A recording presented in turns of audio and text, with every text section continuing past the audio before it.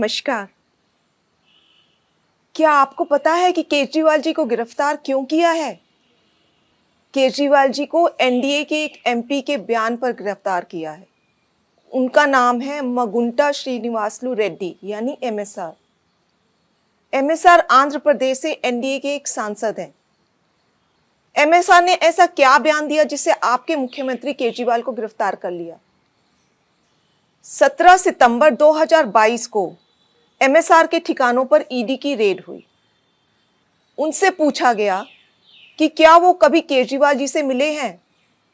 उन्होंने कहा, हाँ, मैं 16 मार्च 2021 को केजरीवाल जी से दिल्ली सचिवालय में उनके दफ्तर में मिला था।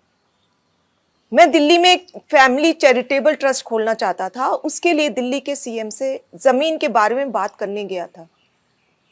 केजरीवाल जी ने कहा, लैंड एलजी के पास है, एप्लीकेशन दे दो, हम देखते हैं, और कहकर चले गए। ईडी को एमएसआर का जवाब पसंद ही नहीं आया। ईडी ने कुछ दिन बाद एमएसआर के बेटे राघव मगुंटा को गिरफ्तार कर लिया।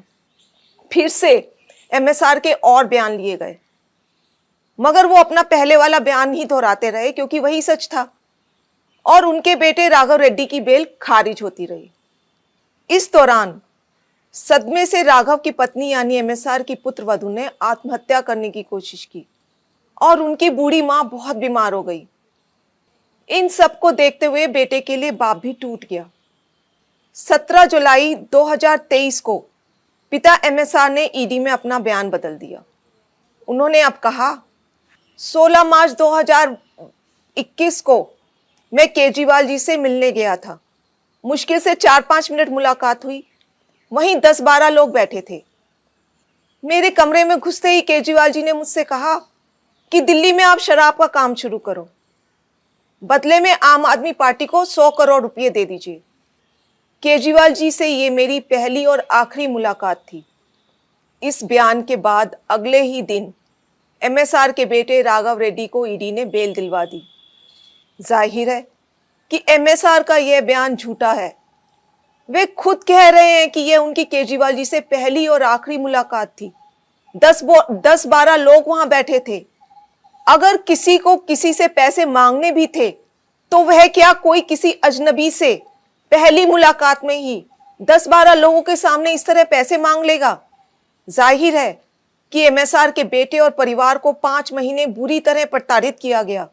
इसीलिए एमएसआर ने अपने बेटे को बचाने के लिए झूठा बयान दिया, और इस बयान को देने के बाद 2 दिन में ही एमएसआर के बेटे को बेल मिल जाती है। इन सब बयानों से एक बात तो साफ हो गई कि अपने बेटे को जेल से निकलवाने के लिए एमएसआर ने झूठा बयान दिया।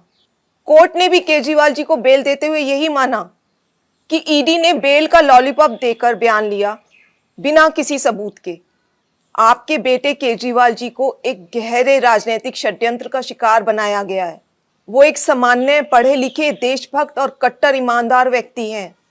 यदि आज आप उनके साथ खड़े नहीं हुए तो इस देश में पढ़े लिखे ईमानदार लोग कभी राजनीति में नहीं आएंगे।